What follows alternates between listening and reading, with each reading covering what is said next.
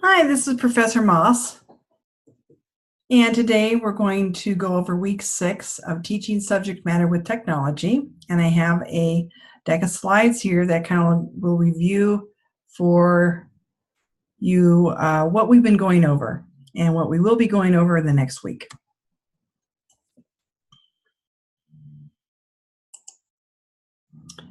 Okay, here's a brief summary of chapters 1 through 10, and I put some key features here.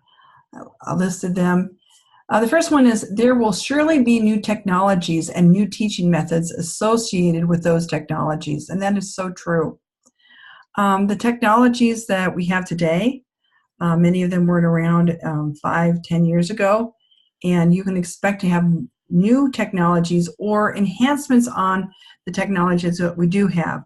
A good example of that would be the Google apps for education. They've changed over the years and they've improved quite a bit.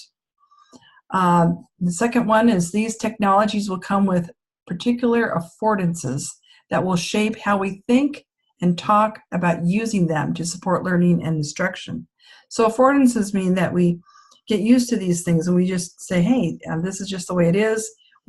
Every student should have a laptop in the classroom to use. Those kinds of things are affordances, and in the future there'll be different affordances than those.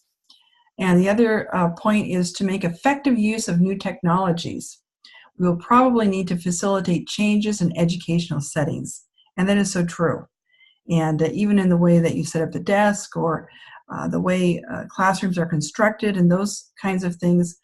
I was once in a classroom that was brand new, and it was constructed about 5 years ago. And it had a separate room to put the laptop carts in that had extra electrical plugs and room to put, actually I had room to put 3 carts in there.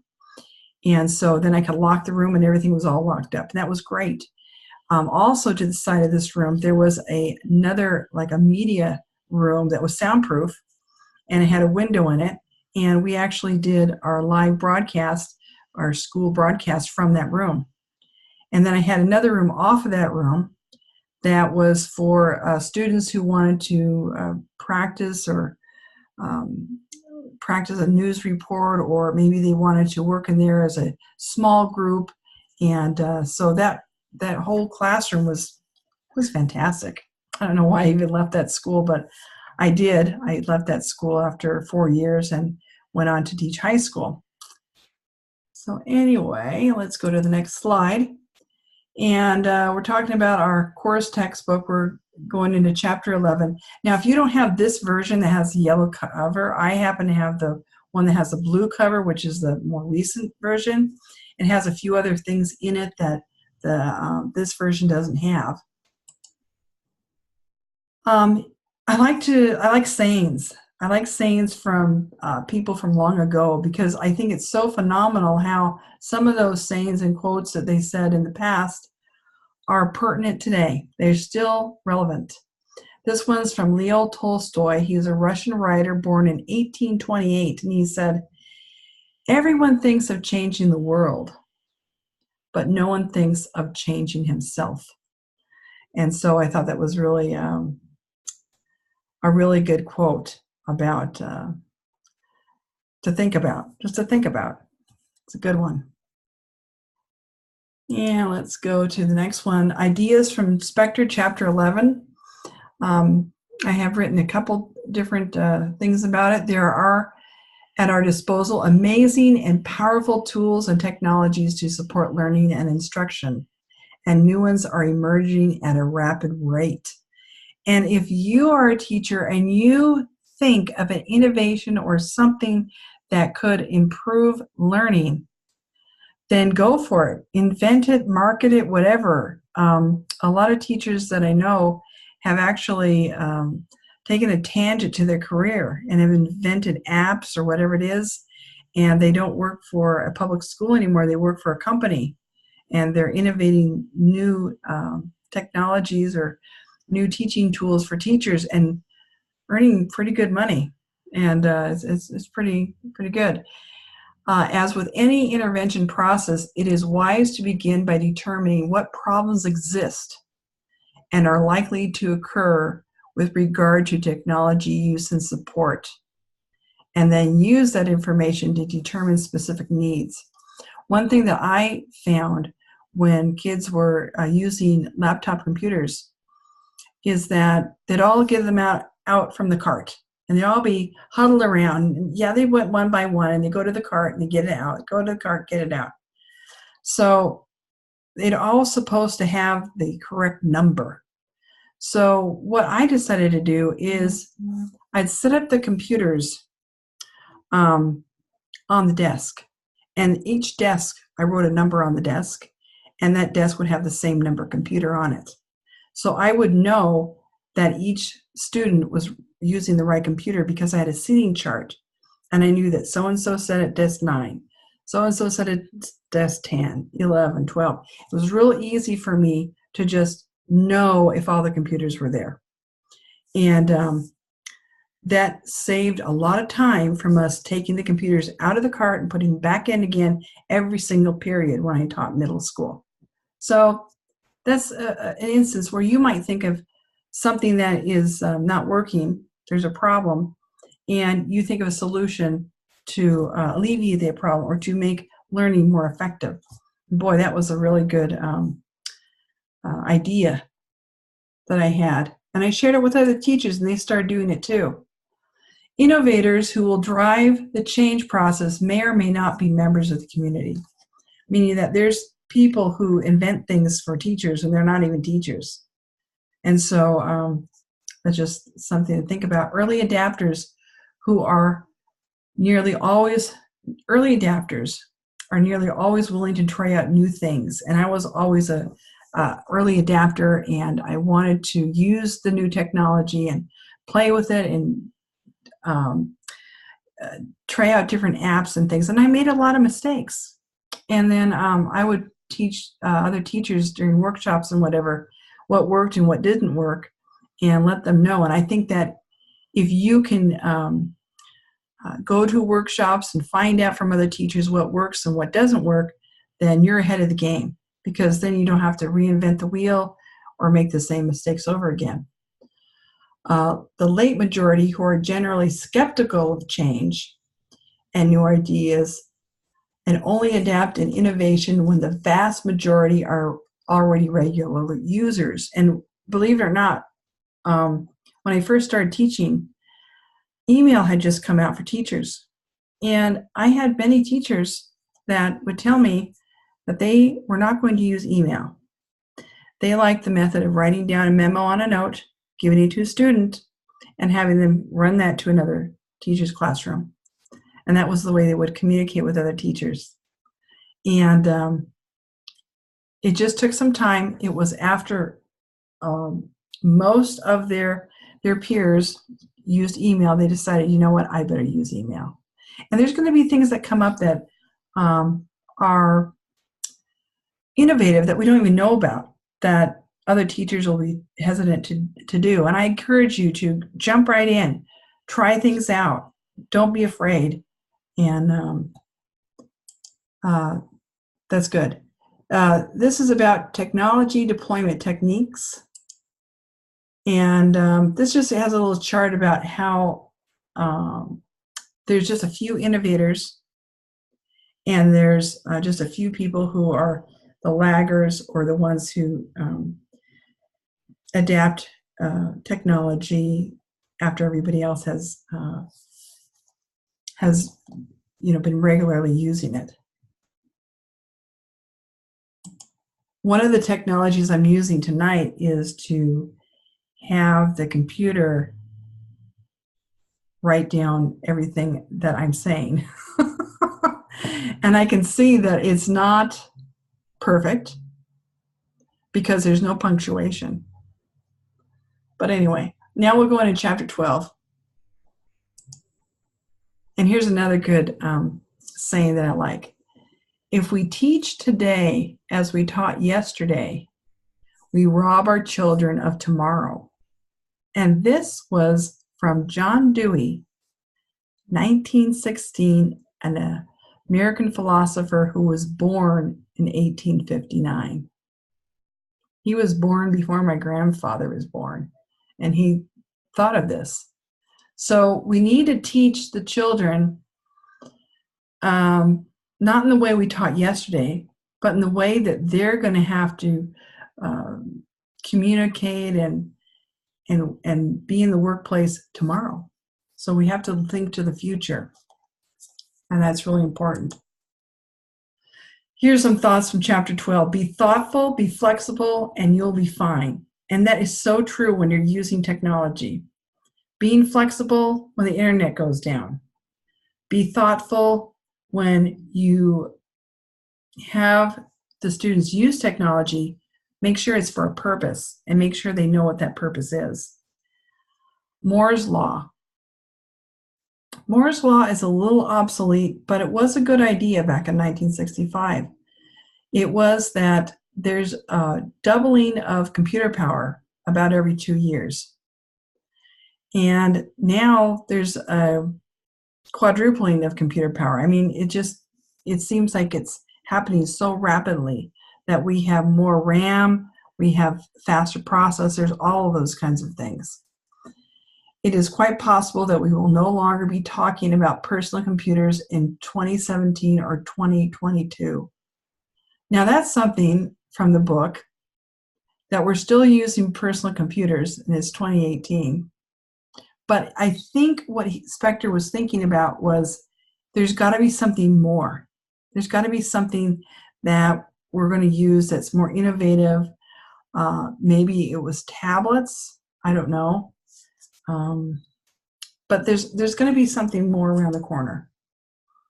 Why mention Moore's Law? To point to an optimism with regard to technology that may be unfounded.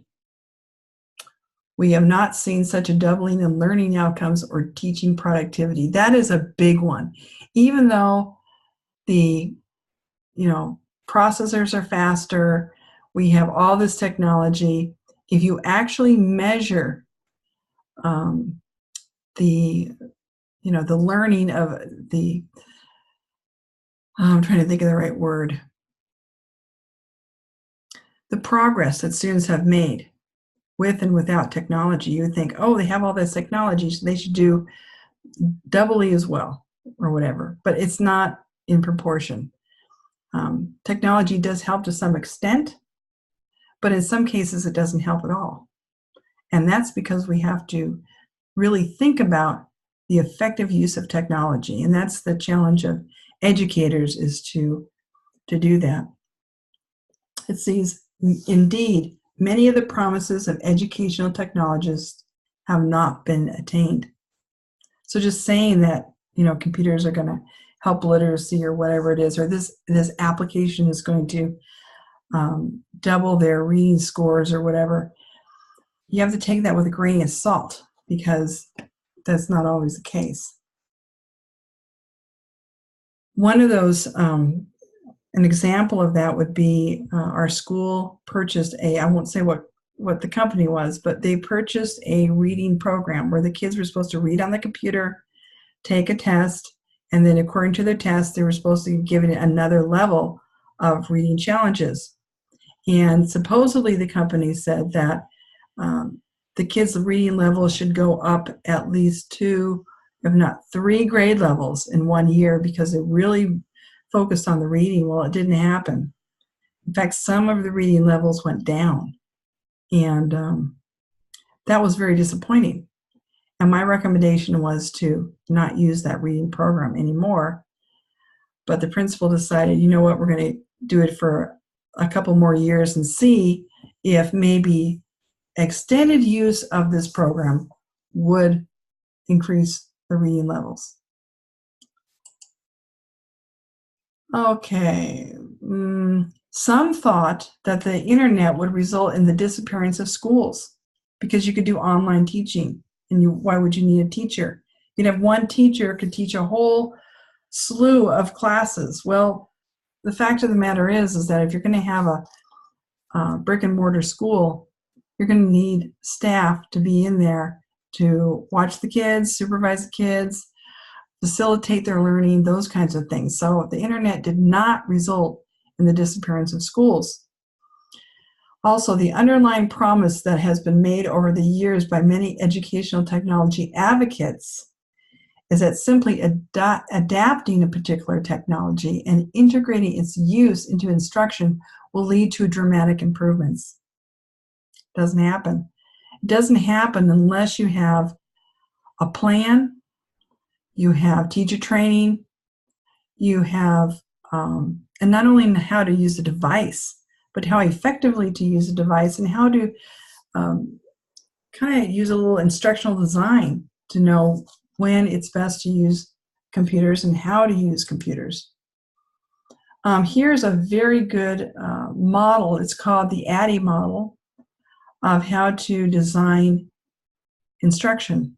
And so it has like a continual circle where you design and you develop and you implement, and after you implement a certain plan, then you analyze it and you rework it. You rework it, you replan it.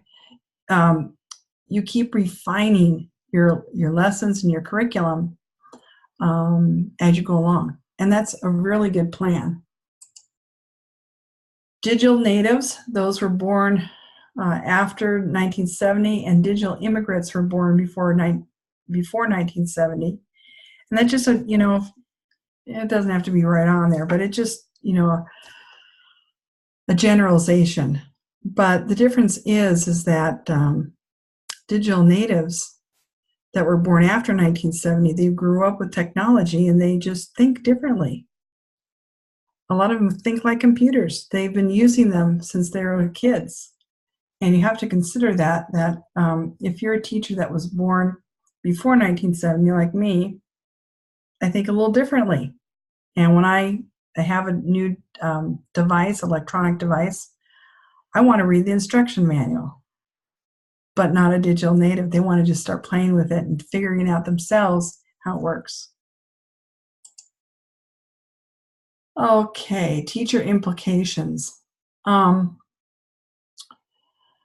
It says formally,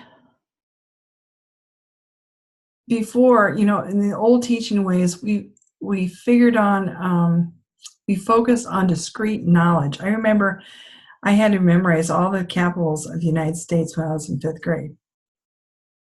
Do I know any of the capitals now? A few, but I don't know all 50.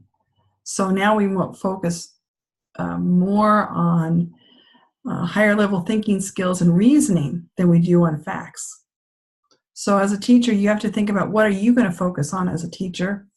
How are you going to use technology in the classroom to fulfill your learning goals?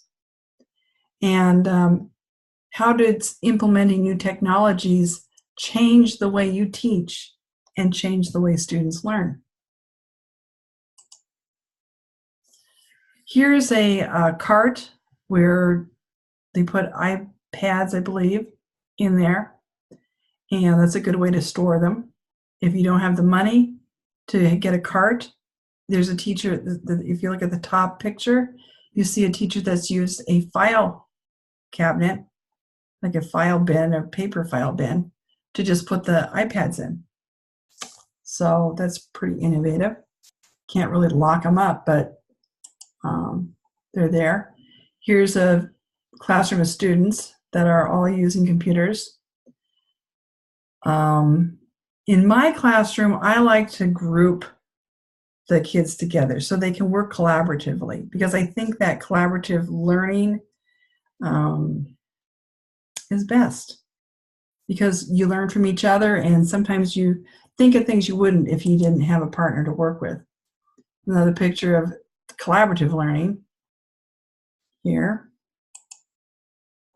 And here's a picture of a class that's off task. And you can notice that the teacher is at the front of the class. Now, when I taught with laptops, my desk was at the back of the class because I wanted to see what was on the students' screens. And I would actually have a projector screen in the front that I ran from the back of the classroom, which was really good. So,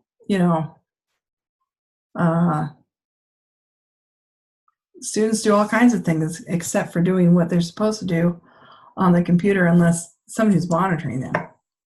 So I think that's the last slide I have, so I'll stop the share there. And thank you so much for attending this webinar or watching this webinar. And if you have any questions on the assignments that are coming up for in the next little bit, I did have the assignment thing up here. Yeah, let me just go here really quick. I'm not even sharing screen now, so you can't see what I'm doing. But let me just go back and when I'm on the Zoom, it takes up all my memory on my computer, so I can't really do too much at the same time. But thank you so much for tuning in. And if you have any questions, just let me know. See you again soon. Bye-bye.